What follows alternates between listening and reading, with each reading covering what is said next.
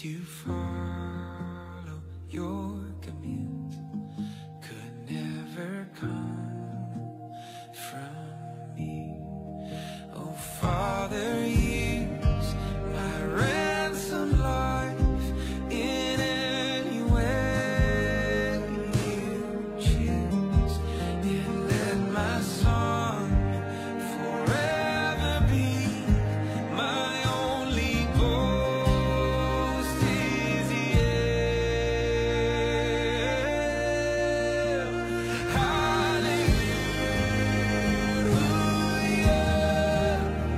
all I have is Christ.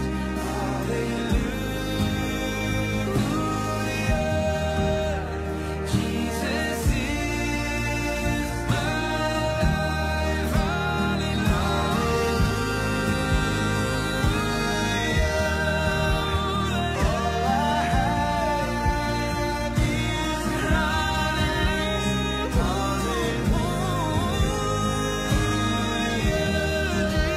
Jesus is my life.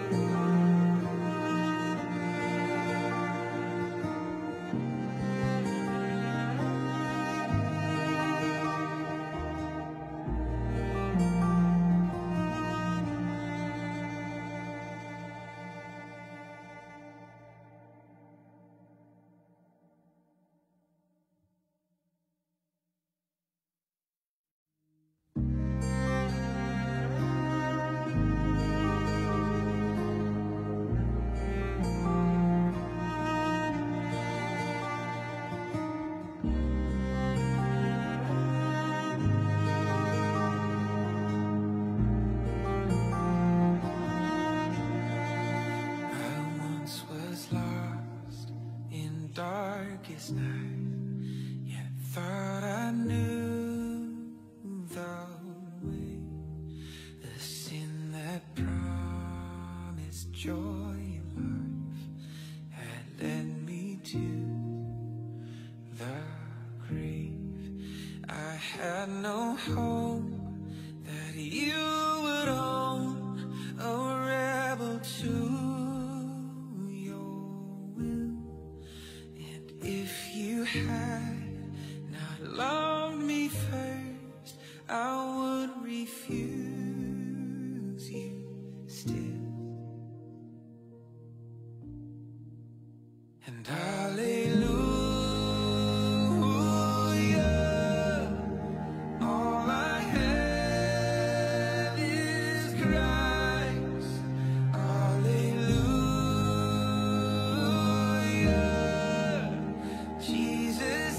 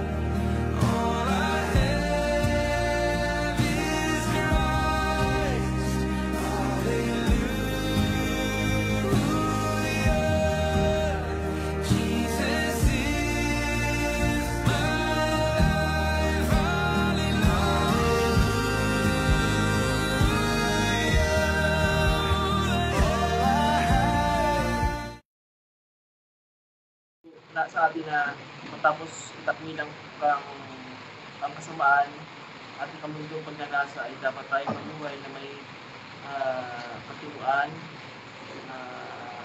matuwid at banal sa kasabuyang panahon. Habang hinihintay natin ang mapalit na pag-asa, at papakita ng kaluwalhatian ng ating dakilang Panginoong tagapagligtas ng Panginoong Jesucristo.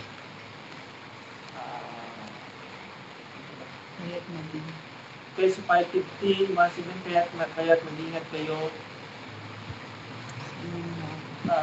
Kahit nandikit kayo sa inyong pagdakat, hindi gaya ng mga pangmang, hindi gaya ng mga magdurong na sinasamantala ang panahon at sapagkat ang mga araw ay masasama. Kaya huwag kayong maging hangal, kundi magpatino kayo. Unawain ninyo kung ano ang kalooban ng Panginoon. 2 Peter 5:9. At dahil dito gawin niyo lahat na hindi makakaya, natutusalan niyo ang tutusan ng inyong pananampalataya ng kabutihan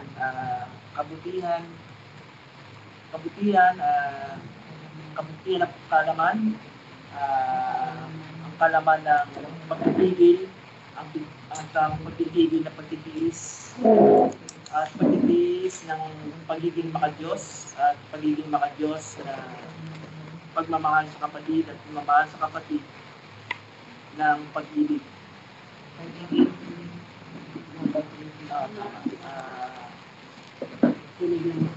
Sapagkat kung ang mga bagay na ito ay dumarami sa inyo, sapagkat kung ang mga bagay na ito ay dumarami sa inyo, ay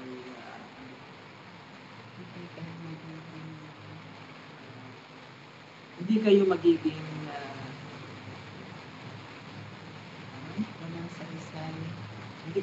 walang saysay at walang bunga sa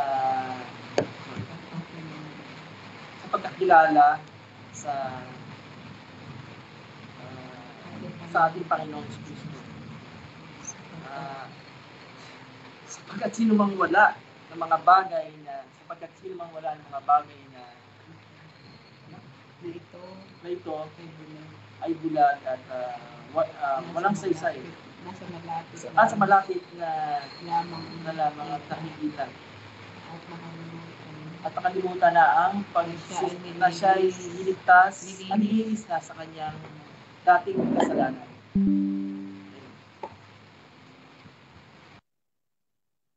Okay, thank you po. Sige, isa pa? Pwede pa? Isa? Dad, ikaw na. Para lahat ng mga... Wala pa? Siren. Sige, si Siren. Bukas pa ako. Job 28:28, at sa tao ay sinabi niya na nito ang takot sa Panginoon ay siyang karunungan, at ang paghiwalay sa kasalanan ay kaunawaan. John 1:16,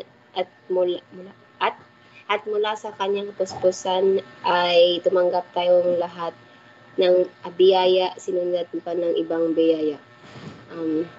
Titus 2:11-13, sapagkat nagpakita ang biyaya ng Diyos na nagdadala ng kaligtasan sa lahat ng tao, na nagtuturo sa atin matapos na itakwil ang kasalanan.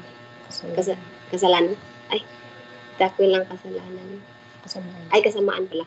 Matapos itakwil ang kasamaan at mga makamundong pagnanasa, ay dapat tayong mamuhay ng may katinuan, matuwid at banal sa kasalukuyang panahon, habang hinihintay natin ang mapalad na pag-asa at ang pagpapakita ng kaluwalhatian ng ating dakilang Diyos at tagapagligtas na si Hesus Kristo. Ephesians 5:15-17. Kaya't huwag kayong mag-ingat kayo sa inyong paglakad, hindi gaya ng mangmang kundi gaya ng marunong na sinasambala ang panahon, sapagkat ang mga araw ay masasama. Kaya't huwag kayong maging mga hangal, kundi unawain ninyo kung ano ang kalooban ng Panginoon. 2 Peter 1:5-9.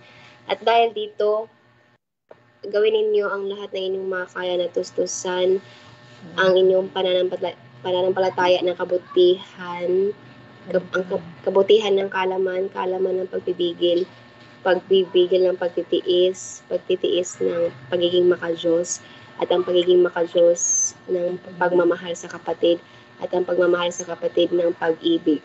Sapagkat kung ang mga bagay na ito ay nasa inyo at dumarami, ay hindi kayo magiging mga walang saysay o mga walang bunga sa pagkilala sa ating Panginoong Jesucristo.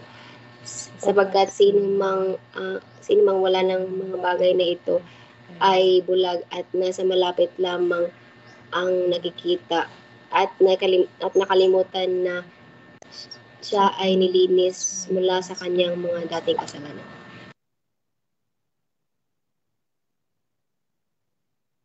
Okay po. Alright, thank you po. So, yun yung mga nag-recite na po today. Iba naman bukas, na?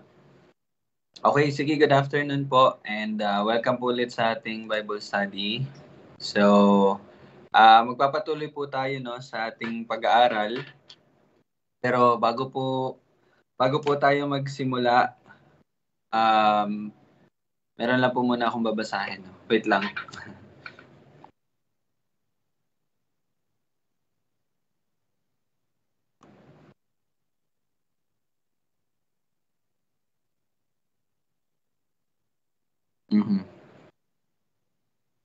Okay po. So, bubuksan ko po muna yung book ni Matthew, chapter 5, verse 23 siguro.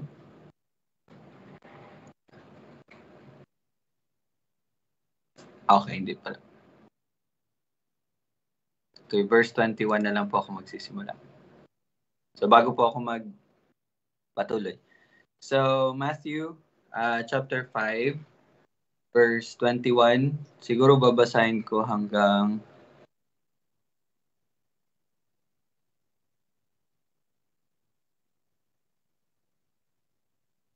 okay. Verse 26. Okay? Pwede nyo din po i-open Matthew chapter 5, 21 to 26. Ito po yung series ng sermon ng Panginoong Jesus habang sila po ay nasa bundok. So, yung pagsisimula niya po dito, yun po yung tinatawag na the Beatitudes, or yung kung matatandaan niyo po yung sermon na yun.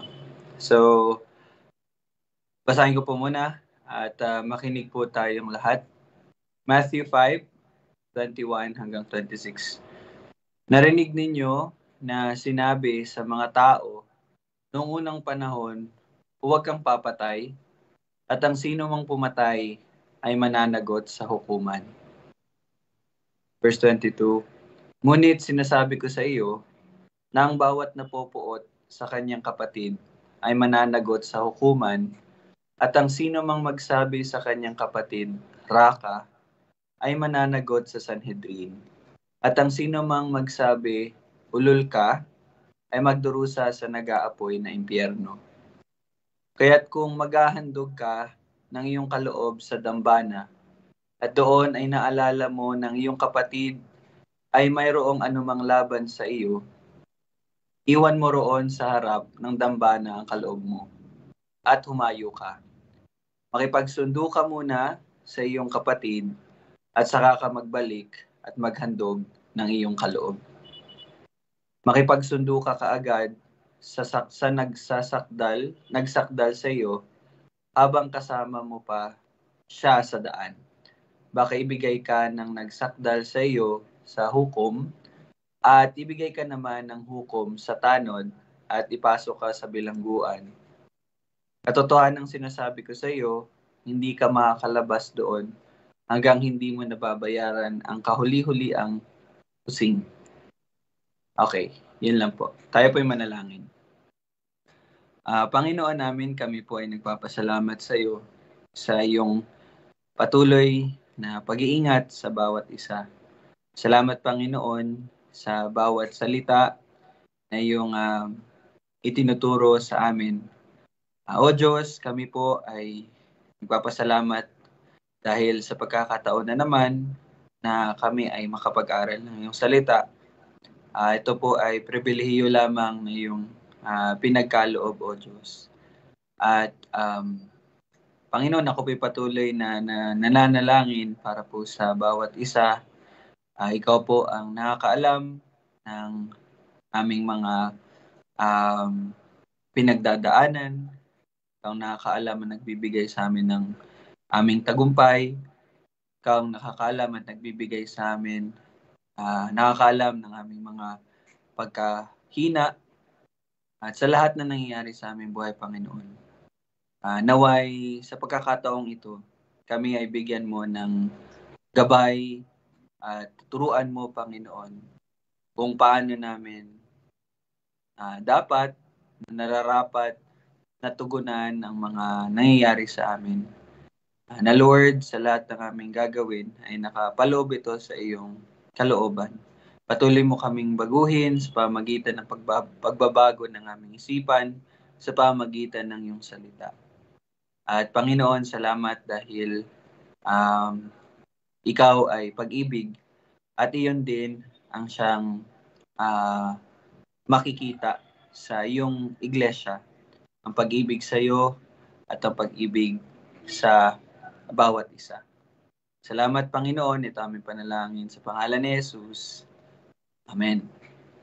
Okay po. So, magpapatuloy po tayo sa John chapter 3, verse 11. So, kahapon, so nag-iwan po ako ng tanong, yung sabi po sa verse 11 na kami ay nagsasalita tungkol sa nalalaman namin at nagpapatotoo sa nakita namin. Subalit hindi ninyo tinatanggap ang aming patotoo. So, gumamit po dito ang Panginoon ng, ano ba yan? Anong tawag dito? Kumbaga, marami, Kumbaga, pagpapakita ng marami. Kumbaga, na sila, So, yun po yung tanong, sino yung tinutukoy niya dito na kami, at aming.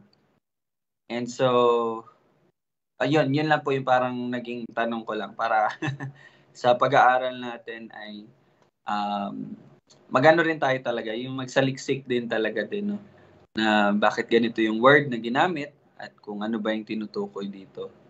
So, ayun po. Sino po dito yung nakapag-aral, baka ma-share nyo po yung inyo pong nabasa, pag-aralan patungkol po dito sa verse 11.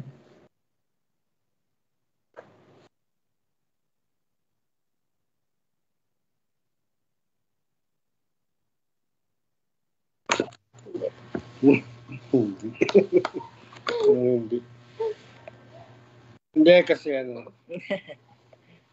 di ba pag ang Panginoon ay may nagagawang milagro, di ba lagi niyang sinasabi na wag mong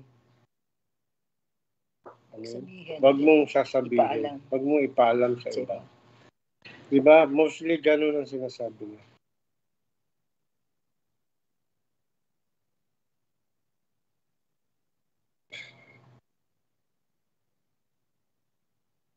Kasi sinabi niya rito, katotohanan sinasabi ko sa iyo, kami ay nagsasalita tungkol sa nalalaman namin. At ang ano ko dito, para sa akin lang naman pagkakaintindi ko.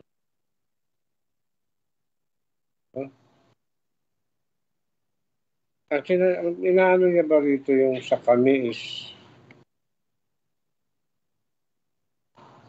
ang triune God? Ano ba?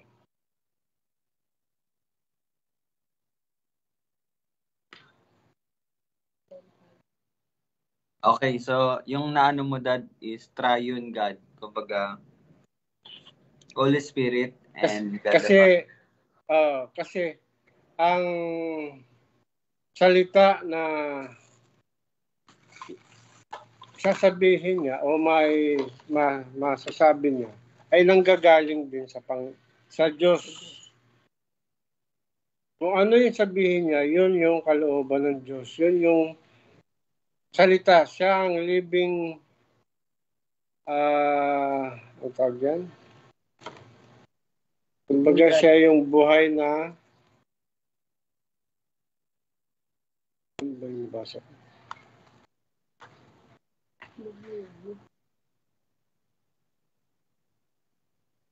Kumbaga siya yung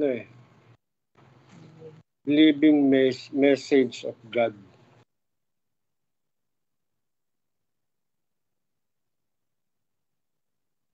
Yun lamang po. So kumbaga, so triune God, no? Yung parang inaano dito ng Panginoong Hesus, kaya niya ginamit na kami. Okay? So, isa yun sa point na tinitingnan. Okay, thank you Dad. Sige, mamaya madidiscuss natin yan. Yung iba, baka meron pong maidagdag yung iba.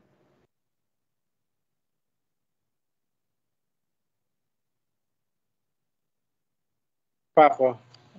Basahin natin sa ano yun? First John 1 John 5:7. Saan? Sapagkat may tatlong nagpapatotoo. 1 John 5:7. Sapagkat may tatlong nagpapatotoo. 8. Ang Espiritu, ang tubig, at ang dugo. At ang tatlo ay nagkakaisa.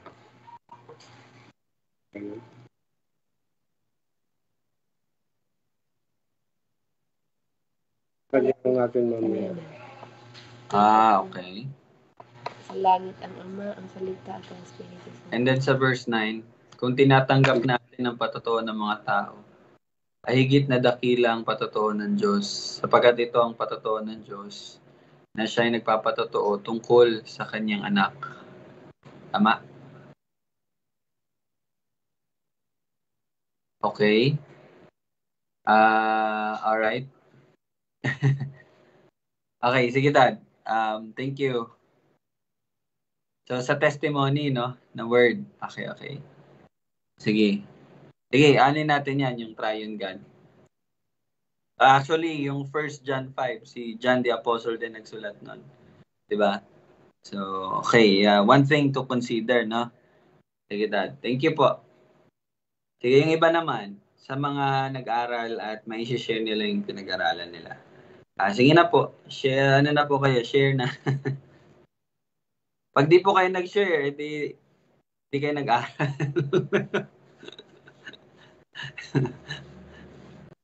Sige, anyone.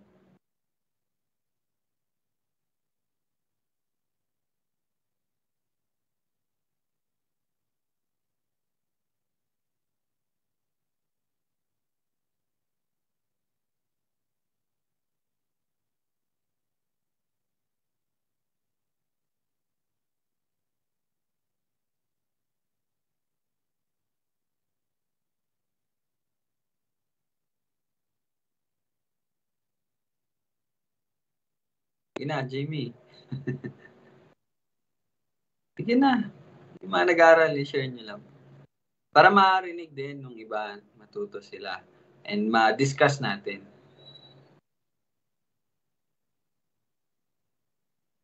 Sige na.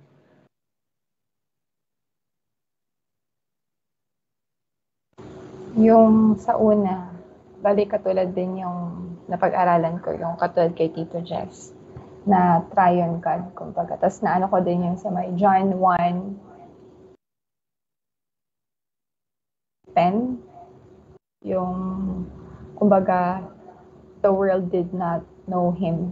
Yun, kumbaga. Tapos yun nga, kumbaga yung Triune God din yung nasa ano ko. Pero may nabasa din kasi ako na yung kay Johnny Mac. Sabi niya, ano daw, yung sinasabi dito na we, tinatawag na editorial we. Kumbaga, ang Panginoong Jesus, nag-speak lang siya as Himself and for the prophets din, kumbaga. Yun. Kumbaga, pinapakita doon na yung mga testimony din ng mga propeta dati na kanilang narinig sa mga Old Testament, yun din daw kumbaga yung we na yun. Okay. So yung sa nabasa naman po ni Jamie is yung parang binabanggit dito yung kasama yung mga propeta. Kasi yung 'di ba yung alam po natin na yung mga kautusan, mga propeta at mga awit ay nagpapatotoo patungkol sa Messiah, patungkol sa Kristo. So yun yung yun naman yung sinasabi, no? Okay, sige, mamaya examine natin yung lahat. Sige, anyone pa? Baka meron pa po makapag-share.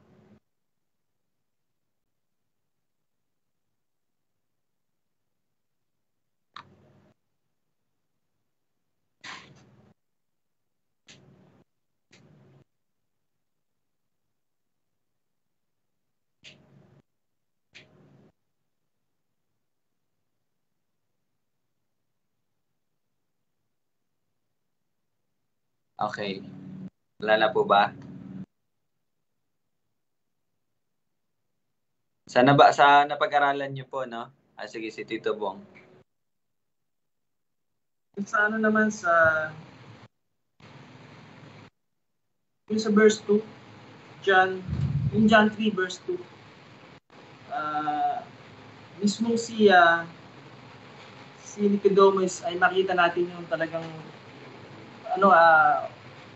kamangmangan talaga at wala talaga siyang pananampalataya. Pero sinabi niya na siya ay pumunta kay Jesus ng gabi na at sinabi sa kanya, Rabbi, nalalaman namin ikaw ay isang guro na mula sa Diyos, sapagkat walang makakagawa ng mga tanda na iyong ginagawa malibang kasama niya ang Diyos. So, doon, yung sagot ni Nicodemus ngayon, yung sabi niya ngayon, doon pa lang nakita natin na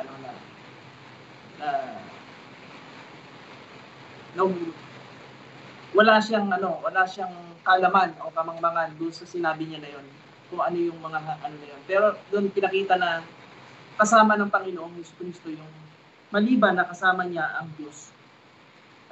Yun.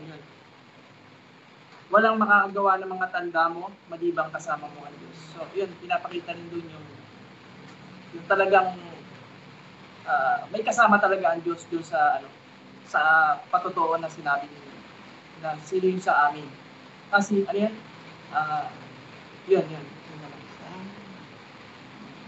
So yung kay Tito Bong naman po, yung binanggit dito na malibang kasama niya ang Diyos. So yung pagsabi ng Panginoong Hesus sa verse 11 na kami ay nagsalita tungkol sa nalalaman namin. So yun yung parang ni Tito Bong no, na yun yung Panginoong Hesus, yung kasama niya yung Diyos. So kaya amin or kami po yung ginamit, no? Okay, sige po. Thank you po, no? So, meron din naman pong iba na ang sinasabi nila na ito daw ay kasama daw sila John the Baptist, no? Yung testimony ba? Yung patotoo po ni John the Baptist. So, kung matatandaan nyo po, di ba, sa chapter 1, doon binanggit yung babautismo ni John the Baptist and then yung testimony din ni John the Baptist, di ba?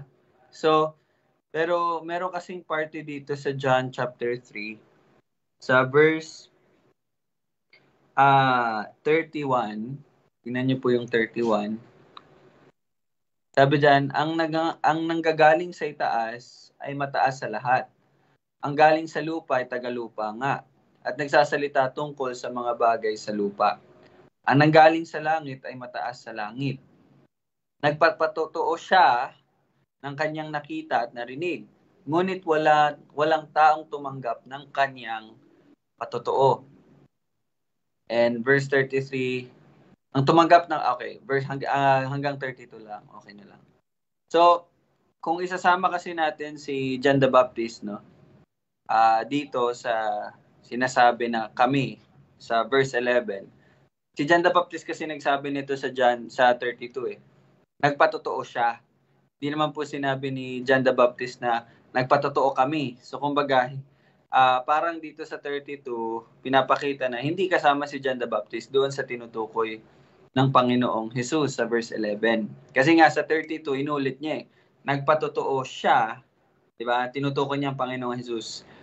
Ang kanyang nakita na ngunit walang taong tumanggap sa kanyang patotoo. Okay? So basically, yung patotoo po, kasi marami po kasing patotoo Maraming testimony. John the Baptist, meron siyang testimony about the Lord Jesus Christ. And then, wag mo na po tayong pupunta doon sa mga patotoo nila Pedro, nila Pablo. Kasi sa time na ito, wala pa Yung development po ba ng story, ano pa lang ito kumbaga, nagsisimula pa nga lang po ang Panginoong Hesus sa kanyang ministeryo. So, dapat natin, no? Isaalang-alang natin yung time frame din. No, kasi minsan, patotoo ng mga apostol, wala pang apostol during this time. Di ba? So, mali po yun na sabihin. So, ibig sabihin, ang meron lang po tayong pwedeng gamitin next, at si John the Baptist, ano na po siya, X na, kasi nga, sabi niya, dito sa verse 32, patotoo niya, kanyang patotoo. So, hindi sinasali ni John the Baptist yung sarili niya. So, wala rin si John the Baptist. So, the only thing na meron tayo is yung triune God, and yung mga prophets, no? The scriptures, the old scriptures, parang gano'n. Yun yung meron tayo na natitira. Noong una, ang ano ko rin is yung triune God. Kaya lang kasi, during this time,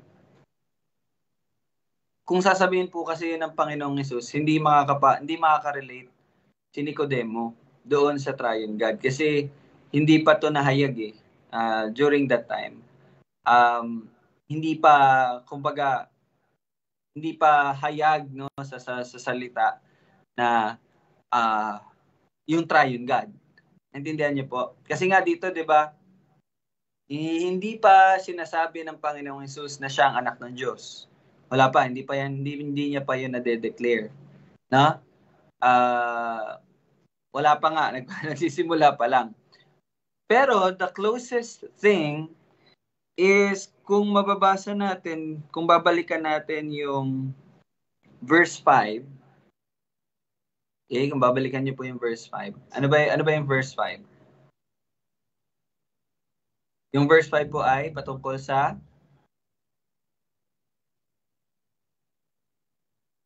ano yung verse 5?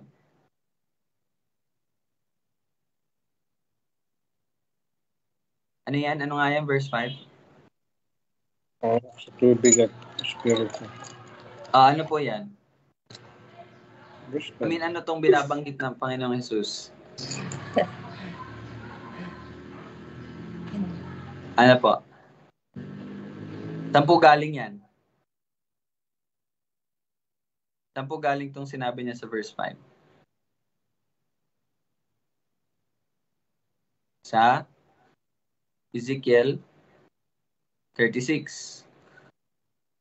Ibig sabihin, ito po ay sulat ng isang propeta. Tama? Propeta. And kung titingnan niyo po yung konteksto, ang Panginoong Hesus, sinasabi niya kay Nicodemo, di ba, itong una, sinabi niya, dapat ipinanganak ka muna, muli. You must be born again, verse 3. Hindi niya yun naintindihan. Tama? Yun yung sagot niya sa verse 4. Paano mangyayari na pwede ba ibalik yung anak, ang laki-laki na, ibalik sa sinapupunan? So, ibig sabihin, hindi na gets ni Nicodemo. Now, binigyang linaw ng Panginoon sa pamamagitan ng pagsagot niya sa paggamit ng old prophecy or hindi prophecy. Prophecy. Ezekiel 36, yun po yung verse 5. Di ba? Binigyan niyang linaw.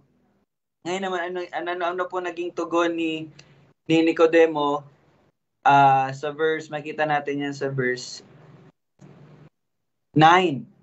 By the way, yung sinabi niya sa verse 5 na Ezekiel, dinagdagan niya pa nga po yun ng information para maintindihan niya. Ano ba yung verse 6? Sabi niya, ipinanganak ng laman ay laman at ipinanganak ng espiritu ay espiritu. Di ba? And then verse 7, verse 7, sabi ng Panginoong Jesus, huwag kang magtaka na aking sinasabi sa iyo, kailangan kayo'y ipinanganak na muli. Bakit kaya sinabi ng Panginoon? Kasi expected sa kanila na dapat alam nyo itong bagay na ito. Tindihan niyo po? Kasi ito yung sinasabi even in the old. Naintindihan niyo po yun? Ito yung sinasabi ng mga propeta. Kayo mga tagapagpaturo kayo ng mga kasulatan at ng mga propeta. So parang ganun po, no? Naintindihan niyo? And in verse 8, nagdagdag pa ng para maging malinaw. Yung ginamit niya pong analogy, yung hangin. Para mas maging malinaw. Pero in verse 9, tingnan niyo ano naging sagot ni Nicodemo. Hindi niya pa rin po na-gets, hindi niya po naintindihan, hindi niya tinanggap. Patanong sabi niya, paano mangyayari yung mga bagay na ito? See? Ibig sabihin, hindi tinatanggap ni Nicodemo kung ano man yung sinasabi ng Panginoong Jesus. Di ba? And even, ginamit niya na, binigyang linaw niya na yun yung tinutukoy ng lumang tipan. Specifically, Ezekiel 36. And so in verse 10, sumagot si Jesus sa kanya, tingnan nyo, ikaw ay isang guro sa Israel at hindi mo naunawa ng mga bagay na ito. So ano pinapakita po nito ng Panginoong Jesus? Pinapakita niya po is that yun yung ibig sabihin nung binabanggit doon sa Ezekiel 36. And they are expected bilang mga guro ng Israel na yun ang dapat naunawaan nila kasi yun naman talagang ibig nung sinabi doon sa Ezekiel 36. Di ba? So nagpatuloy ang Panginoong Jesus. Ano sabi niya sa verse 11? Katotohanan sinasabi ko sa iyo, kami ay nagsasalita tungkol sa nalalaman namin at nagpapatotoo sa nakita namin, subalit hindi ninyo tinatanggap ang aming patotoo. So bakit naging aming? Kasi the same testimony ng old prophets, no? Mga propeta, even yung mga, eto na lang, sige, focus na lang tayo sa propeta. Kasi tao yung propeta taong nagsasalita talaga Diba? Ano ba yung mga sinabi ng propeta? Yun po yung mga kanilang nalaman sa pamagitan ng Panginoon. Yun po yung mga kanilang nakita. Diba? Ako, natanda ko kasi nagpipreach po ako. So sa paghahanda ko po, mababasa ko po na masasabi, nakita ni David, nakita ni Abraham. You see? Nakita nila. Nagpatotoo sila sa nakita namin, subalit hindi ninyo tinanggap ang aming patotoo. Ano ba yung patotoo? Ito, recently, ano bang naging patotoo ng Panginoong Jesus? Wala naman siya sinabi, ako ang anak ng Diyos. Wala naman siya ganun pang sinasabi, di ba? Wala pa siyang sinasabi na ako ang Mesiya. Wala pa. Wala pa siyang testimony. Pero ano yung sinabi niyang patotoo? Yung Ezekiel 36. Yun yung pinaka-recent. Yun yung pinaka-close na kanyang binanggit. You see? In which, yung Ezekiel 36 na yun is patotoo din ng propeta. Di ba? Naintindihan niyo po yun? So, mas papabor ako doon sa sinabi na yung sinabi dito na kami talks about yung patotoo ng Panginoong Hesus, even yung mga propeta. And alam po natin na lahat po ng patotoo, lahat po ng sinulat ng mga propeta ay tumutukoy patungkol sa Kanya. Okay? Although sinabi po ni Dr. John MacArthur na editorial na we, well, ano rin yun? Pwede rin yun. Kumbaga, safe safe din po yung answer. Ano ba ibig sabihin ng editorial na kami? Ano yung binabanggit mo editorial? Di ba po minsan kapag nagsasalita tayo minsan, eto, lagi ko na-experience ko to dati. Yung, for example, may yung dati po na disobedient pa po kay Lord, no? Yung wala pa, yung hindi pa po tayo nagsisimula. Kapag meron ako nagiging kaaway or nakikipagtalo, okay, share ko na lang po. For example, kami ni Jamie, pag nagtatalo kami, pag may time na nag-ano kami ni Jamie, pag basa-basa, ang ginagamit ko na, instead na sinasabi ko sa kanya, ikaw kasi, ang ginagamit kong word, kayo kasi. Pero ang kinakausap ko lang doon si Jamie. Pero inaano ko siya bilang kayo. Para hindi masyadong direct. Parang, di ba minsan gano'n po tayo magsalita? Gano'n din po tayo. Kumbaga, although ikaw yung ibig mong sabihin na ako, sabi ko, di ba? Parang minsan, chine-change natin siya. Sabi namin, di ba, ganito, ganyan. Although, wala namang ibang nagsabi, ikaw lang talaga. Yun po yung editorial na way. Parang ano siya, hindi ko lang ma-explain. Basta yun po yung example. I think nagigets nyo naman. Gano'n po yung editorial na way. Yun po yung sabi ni Dr. John MacArthur na possible na ano lang to pagkasabi ng Panginoon Jesus, editorial lang. Although, sarili niya yung inaano niya, binabanggit niya, pero parang inano niya lang na as a editorial na pagkakasalita. So, pwede rin po yun. And ako naman, isasubmit ko sa inyo, ako mas incline ako doon sa kasama yung mga propeta. Kasi yun yung pinaka-recent na sinabi niya eh. Yun yung recent na, yun yung dialogue nila ni Nicodemo eh. Yung patungkol sa born again. At yung pagiging born again is testimony yun, patotoo yun sa Old Testament. Specifically Ezekiel. Kumbaga, sinabi na to eh na ang kaligtasan, kumbaga, ang mga taong makakita lamang ng kaharian ng Diyos, yung mga binuhay muli ng Panginoon. And yun ay sinabi na ng mga propeta. Actually, hindi lamang po si Ezekiel. Marami pa po tayong makikita doon kung aralin lang po natin na yung Old Testament. Pero dito, specifically, yung binanggit ng Panginoong Hesus, yung sa Ezekiel 36. Kaya ako mas incline ako doon sa na sinabi niyang kami, ginamit niya, sinasali niya po yung sa old prophets, no, yung mga propeta. So ayun po, yun po yung sasubmit ko sa inyo. So yun pero yung dalawang answer na yun yung safe. Yung triune God naman medyo hindi pa tayo doon kasi wala pa naman, hindi pa naman hinahayag dito. Wala pa, hindi pa nila alam yun, hindi pa yun yung issue, no? Pero darating sa John chapter 15, 16, 17, diyan natin makita yung sa triune God, yung work ng triune God. So doon pa lang, no? So yun po yung kami. So ang haba ng oras na binigay natin dito sa salitang kami. Pero mabuti po yun na makita po ninyo na sa pag-aaral po natin, maging maingat din talaga tayo sa mga salita na binabanggit, no? Bigyan ko pa po kayo ng isa pang example. Actually, yung sinabi po dito na sa verse kung babalikan po natin yung verse 7, sabi po dyan sa verse 7, huwag kang magtaka na aking sinasabi sa iyo, kailangan kayo'y ipanganak na muli. So sa Tagalog po, very clear. No, very clear naman. Sabi niya dito, huwag kang magtaka na aking sinasabi sa iyo. Ibig sabihin, isang tao lang. Kailangan kayo'y. So sa Tagalog, alam natin na plural, kayo. Kumbaga maraming binabanggit, tinutukoy niya dito. Pero kung babasahin niyo po kasi sa English, sabi po sa verse 7, do not marvel that I said to you, you must be born again. So you lang ginamit. Pero kung titingnan po yung Greek, kung titingnan po yung Greek original na pagkasulat, yung you po na pangalawa na you must be born again, plural po talaga ang ginagamit. Yung dito naman sa una na do not marvel that I said to you, singular po yon. And then sinabi niya, you must be born again, plural naman yon. So you see, bakit ko po ito sinasabi? Kasi kapag nagbabasa po kayo, for example, sa English, yun, sasabihin nyo, do not marvel that I said to you, you must be born again. So, isipin mo, ang sinasabi dito ng Panginoong Hesus, si Nicodemo lang. Di ba? Kasi you eh. Di ba? You. Di ba sa English, you. Ikaw. You see? Pero, yun, maging maingat talaga. Kasi sa original writing, singular yung unang you, plural yung pangalawang you. You see? Naintindihan niyo po? So, sinasabi ko po to para maging ganun tayo po mag-aral. Maging maingat po tayo sa mga salita para mas makita natin kung ano ba talaga yung ibig kahulugan noon. Diba? So, kaya binigyan kong pansin yung kami dito para ituro po sa inyo na maging maingat po sa pag-aaral.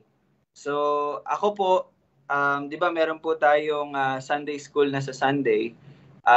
Unahin muna natin yung about sa gospel. Yun muna yung pag-aaralan natin. And then, siguro mga after ng gospel, iniisip ko na nararapat po na magkaroon tayo ng pag-aaral kung paano po aralin yung salita. So, nagsisearch na din po ako niyan kung paano yun maituturo sa bawat isa, kung ano yung mga dapat nating gawin sa pag-aaral ng salita. So, yun po yung mga ano. So, please pray, patulong po na ipag-pray sa paghahanda ng mga bagay na yun. Kasi, personally po, ang dami ko po talagang dapat ayusin. Kasi, everyday nagba-Bible study tayo. Kailangan ko po aralin yun talaga araw-araw. Sunday din, magpe-prepare po ako para sa word. Kailangan ko yun i-prepare for the whole week. Hindi po madali po Hindi ako pwede magsalita dyan ng kung ano lang gusto kong sabihin. Hindi po.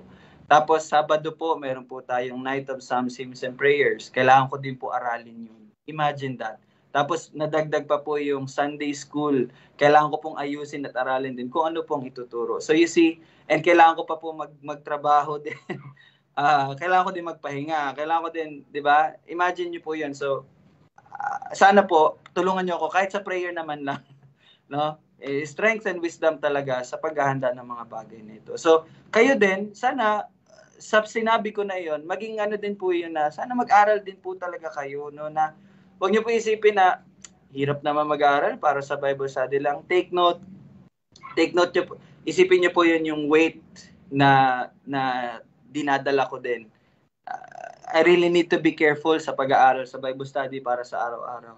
Meron pa NPHP, meron pang Sunday, meron pang Sunday school. Di ba po? Hindi po normal, no? Hindi po, siguro nakita lang nila Gab, okay lang si Kuya Ren. Pero deep within, dito po sa kwarto ko, yung pag-aaral, yung pag-iisip ko talaga paano ko ito maunawaan, paano ko ito sasabihin, paano ko ito mailalahad ng maayos sa mga ano. So, ganun po yun. Ganun po yun. Hindi po yun madali, actually. Di ba, dito po sa Bible study, kasi po si Tito Bong, parang may share po si Tito Bong. May narinig lang ako dyan May nagsabi sa akin niya na ang dami niyo naman palang ginagawa. Baka makapunta na kayo sa sa langit. Pero kumbaga hindi naman yan ginagawa natin para maligtas tayo. Yung mga bagay nito, yung ginagawa natin dahil ito yung nagiging resulta na ikaw ay ligtas. Yun lang ang inano. Kaya yun nga, maraming nag-aano sa akin na sasyado kayong ganyan. Hindi natin ginagawa ito para tayo maligtas. Anong bagay. Ginagawa natin ito dahil ito yung resulta ng kaligtasan sa atin. Sige. Yung mga ganong comment po, no, na parang, hinay-hinay lang kayo, baka lumagpas na kayo sa langit, no? Ganun po talaga may isip kapag nakadepende sa gawa ng tao, yung standing before God. Pero alam po natin, hindi po yung even ako po, no, sa sarili ko, sasabihin ko, ang dami kong ginagawa, ang dami kong pag-aaral. Hindi po yun yung credit para maligtas, or hindi po yun. Wala po yung halaga, kumbaga, sa kaligtasan, di ba? Ang meron lang tayo is yung ginawa ng Panginoong Jesus. So tama po yun. Ito, ginagawa natin to kasi resulta siya. Outflow na lang talaga siya ng pasasalamat natin. And even yung pagbibigay ng bagong puso. Diba? Yun nga, yung pinag-usapan natin dito, yung born again ba? No? Kasi binigyan na tayo ng bagong puso at espiritu. So salamat po sa Panginoon sa kanyang pagliligtas sa atin. No? So we praise God for that. So yun po. So verse 11, sana clear na po sa bawat isa yon. So patuloy tayo sa verse 12, may oras pa tayo. And kung sinabi ko sa inyo, ito, nagpatuloy po ang Panginoong Hesus, kung sinabi ko sa iyo ang mga bagay na makalupa at hindi ninyo pinaniniwalaan, paano ninyong paniniwalaan kung sabihin ko sa inyo ang mga bagay na makalangit? No? So ano po kaya yung tinutukoy ng Panginoong Hesus dito na makalupa? Yung sinabi niya daw ng mga bagay na makalupa. Ayun, yun muna yung focus ko po sa tanong. Again, para po, yun nga po, yung sa pag-aaral natin, context talaga, no? Context. Bakit ito? Yung connection ba? Bakit ito yung nasabi ng Panginoong Hesus? Ano po yung tinutukoy niya dito na sinabi niya ng mga bagay na makalupa? Nandyan lang din po yan, no, sa pinag-aaralan natin sa John 3. Ano po dito? Makalupa. Saan po dyan? Saan banda dyan yung sinabi niyang mga bagay na makalupa na hindi pinaniniwalaan or hindi tinatanggap, no, ni Nicodemo? Anyone? Nandiyan lang po sa John chapter 3. Huwag na po kayong lalayo. Nandiyan lang yan sa konteksto ng pag-uusap nila. Yun po yung tandaan natin, yung pag-uusap nila. Asan ba dito, no? Sige po. Sino po? Yung pagkapanganak, new birth. Okay. Tama. Pagkapanganak. Ano pa? Meron pa isa.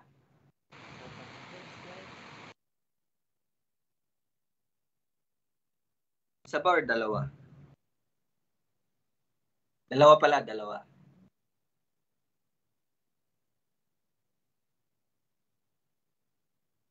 Yan, yung sinabi ni Mami Unay, pinanganak muli, no? About sa pagpapanganak. May dalawa pa po.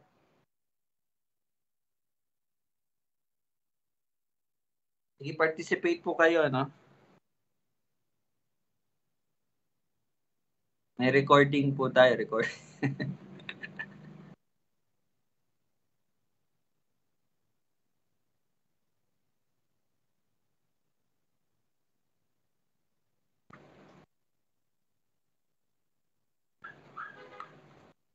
Yung sa verse.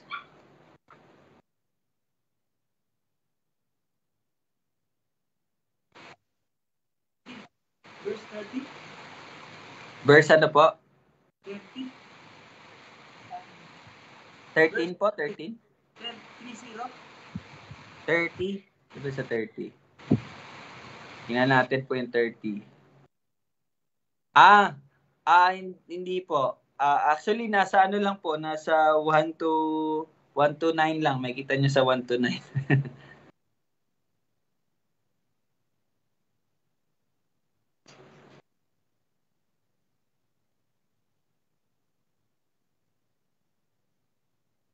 Okay, sabihin ko na lang po yung isa, no? Connected kasi siya sa ipanganak muli. Verse 6. Ang ipinanganak ng laman ay laman at ipinanganak ng espiritu ay espiritu. Bakit po siya makalupa? Kasi common sense po 'yan, di ba? I mean common sense 'yon na alam natin na kung ang laman ka, ang lalabas mo lang talaga laman.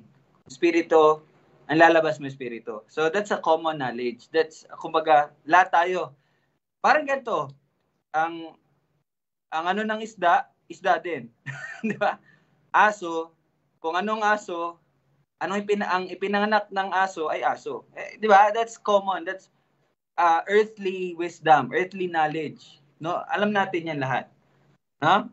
Yan. Tapos yung ipinanganak, yan. That's a common knowledge. Ipinanganak. Ano pa po isa? Last na lang.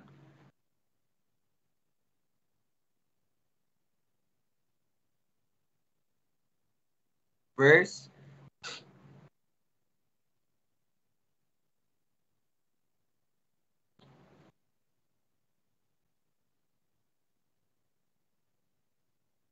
Naghahanap po ba yung iba? Bakit parang hindi kayo naghahanap?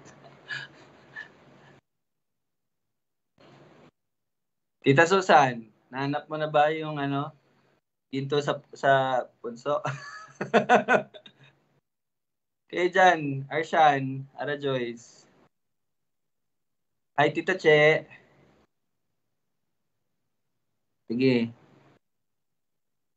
Yung kumbaga yung common knowledge, yung nasa earth, maintindihan natin. Ano yon? Klarong-klaro po siya, nandyan lang. Sige po. Verse 4 daw po. Verse 4? Ano ba yung verse 4? Tingnan natin verse 4. Examine natin, no? Paano isang tayo matanda na hindi verse 4. Verse 3 po. Verse 3. Pinanganak muli, hindi tayo. Yun nga po, nabanggit na yung pinanganak muli. Tapos na. Verse 3. Yan. Verse 8. Verse 8 po, tama. Diba? Ano ba yung verse 8? Humihip ang hangin kung saan nito ibig, at naririnig mo ugong nito, ngunit hindi mo nalaman kung saan ito nanggagaling at kung saan tutungo. That's an earthly, wisdom. Kumbaga, makalupa yan na ano ba sabi dito? Patotoo. Diba? Naintindihan niyo po?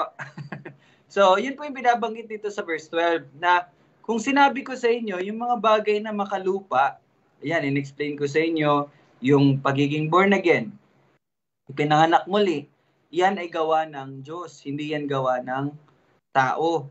Kasi, by the way po, bakit po yan binanggit ng Panginoong Hesus? Kasi po, si Nicodemo, ang iniisip niya na para siya ay maging spiritual na tao, isa pamagitan po ng mga gawa niya. Lahat po ng Pariseo, ganun po ang iniisip. Dahil sa pagsunod nila sa kautusan, dahil sa maano sila magturo ng kautusan. Yun, di ba? Kaya nga self-righteous sila eh. Kasi iniisip nila yung pagiging spiritual nila. Pag sinabi po natin pagiging spiritual, yung katanggap-tanggap sa Diyos. Yung kumbaga, you are part of the kingdom of God. Yun po yung pagiging spiritual. Iniisip nila yon sa pamagitan ng kanilang ginagawa. Kaya nga po, di ba, kung matatandaan nyo nung una pa, tinanong ko, bakit kaya agarang sinabi ng Panginoong Hesus yung verse 3? Sabi pa lang ni Nicodemo sa verse 2, di ba, pinupuri niya pa nga si Hesus eh. Alam namin na ikaw yung guro, no? Ganito, ganyan. Tapos, bibinggahan ka agad ng Panginoong Hesus na malibang isang tayo pinanganak muli, hindi niya makitang karyan ng langit. Kasi nga, si Nicodemo, akala niya, naintindihan niya, akala niya nakikita niya yung langit, akala niya, parte siya, kakala niya spiritual siya na tao dahil sa ginagawa niya. You see? So, yun po. Yung binabanggit po dito na verse 12, bagay na makalupa, hindi niyo pinaniniwalaan. Kasi nga, hindi po yung tinatanggap ni Nicodemo. Di ba? Hindi niya tanggap. Hindi niya tinanggap. No? Yung mga sinabi ng Panginoong Hesus. And then sabi niya, paano ninyong paniniwalaan kung sasabihin ko sa inyo ang mga bagay na makalangit?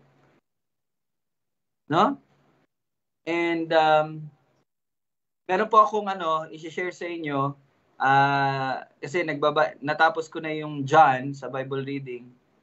Nasa Acts na po ako, chapter 10 na. So mamaya tatapusin ko yung buong Acts. So sa John, yun yung story na maano yung story ni Lazarus at ng rich man. Sino dito yung parang familiar sa story ni Lazarus at rich man? Ano po to? Hindi si Lazarus na binuhay muli ng Panginoong Hesus, yung kapatid ni Mary at ni Martha. Ibang Lazarus po yung ano lang po yun, kumbaga talinghaga lang po yun, pero Lazarus lang din ginamit na pangalan. Hindi po yun si Lazarus. Yung story po ni Lazarus na beggar at ng mayaman, yun po yung story na yung si Lazarus namamalimos lang sa gate ata ng kaharian. Tapos yung hari naman, mayaman. Then nung namatay sila, doon yung hari, yung mayaman, nandun siya sa Sheol or sa hell, kumbaga. Tapos yung si Lazarus naman nasa bisig ni Abraham. Tapos anong sabi ng mayaman, Abraham, Abraham, pwede mo bang suguin si Lazarus na sabihan daw yung pamilya niya patungkol dito sa impyerno para hindi daw sila mapunta doon. And then anong sabi ni Abraham, kung hindi nila tinanggap ang mga patotoo ng mga propeta, no? Sabi niya, kung hindi nila tinatanggap yung patotoo ng propeta at ng mga kasulatan, hindi nila din tatanggapin. Kahit na bumalik pa si Lazarus mula sa kamatayan, bumalik siya doon sa lupa at sabihin yung mga bagay na nangyayari na nakikita po nung mayaman. So ano pong story doon? Bakit ko po 'yun nabanggit? Bakit ko po 'yun nabanggit? Kasi totoo po 'yun. Hindi po talaga, 'di ba sabi dito no, kung sinasabi ko sa inyo mga bagay na makalupa, paano ninyong paniniwalaan kung sasabihin ko sa inyo yung mga bagay na makalangit? Kung dito pa lang, yung mga testimony dito sa mundo na binibigay ng Panginoon, hindi yun natatanggap ng isang tao. Kahit anong hiwaga or miracle yan ipakita mula sa langit, hindi din nila yan matatanggap. So, ibig sabihin po talaga, wala po talaga yan sa tao na nakakita ng miracle, hindi po yan sa tao na nakakita, even taong nakakita sa Panginoong Jesus, no? Hindi po talaga yun sa ganong pamamaraan. But, ang pagkakita talaga sa Diyos is, yun, yung pinag-usapan natin, you must be born again para makita mo ang Diyos, para makita mo ang karya ng Diyos. At sinong may gawa nun? Sinong may gawa nun? Ang Diyos. Diba? Kasi nga, ang pinanganak ng laman ay laman, ang pinanganak ng Espiritu ay Espiritu. So, siya lamang ang may kaya na ipanganak tayo spiritually, to be born again. Diba? So, ibig sabihin po, praise be to God, at magpasalamat po kayo sa Panginoon na kung kayo ngayon ay naunawaan nyo yung mga bagay na to, natanggap nyo ang Panginoong Hesus, ibig sabihin po, kasi ginawa yun ng Diyos sa buhay ninyo. Kasi binuhay niya kayong muli. So, pasalamatan nyo po ang Panginoon at mamuhay po kayo na naayon sa kanyang kalooban. You see? Ganun lang po yun, di ba? Very simple na equation, no? Ganun lang po yun. So, sige, dito muna po tayo magtatapos sa verse 12. Verse 12. No? And, yan, praise be to God na natanggap natin yun. So, yun lang talaga yung kaligayahan na yun yung regalo, yun yung biyaya talaga na makilala ang Diyos. John 17:3. Di ba? Si John po nagsabi niyan, di ba? At ito ang buhay na walang hanggan, na ikaw ay makilala nila na nag-iisang Diyos na tunay at si Jesucristo na iyong sinugo. You see? At naalala ko, very timing, share ko lang po bago magtapos. Sa Twitter, pag-on ko sa Twitter, actually, inano ko siya, story ko siya sa Facebook. Sabi ng isang brother na, kung aaralin ko ang sino mang mag-aaral ng buong gospel ng John, ito pinag-aaralan natin, no? Masasabi mo talaga ng kaligtasan, wala talagang parte yung free will ng tao. Wala talagang parte yung ang tao, kumbaga, sa kaligtasan. And then, natuwa ako kasi sabi ko, very timing naman kasi yun din yung na-realize ko nung matapos ko po ibasahin yung buong John, kasi nag-reading po ako kapon sa John, the book of John. Yun din talaga na-realize ko. Grabe, salvation talaga is of the Lord. Kumbaga, ang Panginoon lang talaga. Basahin niyo po yung buong John. Kahit hindi niyo sa aralin nung masinsinan, basahin niyo lang yung story, basahin niyo lang po. Makikita niyo na dun eh. Makikita niyo na talaga walang-wala talaga. Wala talaga yung tao. Gawa lang po talaga yun ng Panginoon. So mga kapatid, kung isipin niyo po yung reading na hindi, dapat kasi talaga maintindihan ko bago ako mag-move on. Hayaan niyo lang po, basahin niyo lang. Pero, ayun, kalaunan, pag nakita niyo na po yung kabuuan na story, doon niyo makikita, oo nga pala, no? Sakot po, marami po akong beses na nagganon ako, ay, oo nga, no? Kahit po yung sa Matthew, yung Matthew 5, 6, 7, alam niyo po yung Matthew 5, 6, 7, isang ano lang po yun. Yun po yung Sermon of the Mount. Matthew chapter 5, 6, 7. Buo po yun. Yun po yung sermon ng Panginoon sa Mount. And mas naintindihan ko na po yung law, mas naintindihan. Dahil sa reading lang reading lang po yun. Hindi yun yung parang masinsinang pag-ano na ginagawa natin. So you see, huwag niyo pong baliwalain yung reading. Patuloy po kayo sa reading, mga kapatid. Reading, very, very nice. No? Praise be to God. Sige po, dito muna tayo magtatapos. Tayo po'y manalangin. Panginoon, maraming salamat po sa iyong salita. Maraming salamat sa pagpapaunawa nito. At kami ay hindi na mga mangmang, hindi na kami mga bulag sa katotohanan. Dahil ito ay ginawa mo, O Diyos. Lord, panalangin ko po na ito ay mas maging maliwanag pa sa bawat isa. Na ito ay gawa mo, O Diyos. Na, Lord, let it be na mapuno sa aming pagkakaunawa niyan. Mapuno po ang puso namin ng lubos-lubos na kasiyahan at kagalakan sa pagliligtas mo. At Lord, naway kung paano ang naging tugon ng mga apostol, ng mga pinagaling mo, O Diyos, sa sobrang tuwa nila, sila'y sumunod sa iyo, sila'y nakinig sa iyo, sila'y namuhay ayon sa kalooban mo. Panginoon, yun din po, Lord, ang mangyari sa bawat isa. Na Lord, sa aming pagkaunawa ng iyong pag-ibig, kami ay mapupuno ng pagsunod at pagpupuri at pamumuhay para sa kaluwalhatian ng iyong pangalan. Ito aking panalangin sa pangalan ni Jesus. Amen. Okay, thank you po. Goodbye po. Bye-bye. God bless. Bye-bye. Thank you. Bye, Zoe. Bye, men. Ingat kayo dyan.